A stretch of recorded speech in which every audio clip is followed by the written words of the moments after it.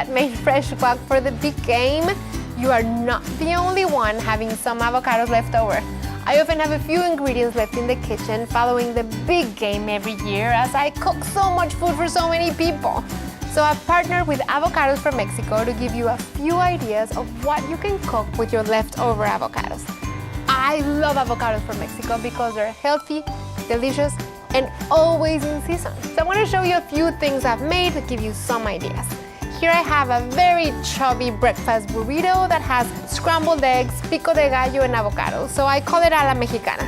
And here I have a fresh plum and crisp ancho chile guacamole that also has some toasted nutty walnuts. And here I have some roasted tomatoes, poblano focaccia, with a tangy goat cheese and avocado pieces on top. Now, I know you may have watched the Super Bowl commercial from Avocados from Mexico. I thought it was hilarious. It was called Top Dog. And I would definitely see myself competing in a canine human show if avocados were the prize, because I just can't live without them. For more recipes, tips, and tricks involving avocados, head to avocadosfrommexico.com.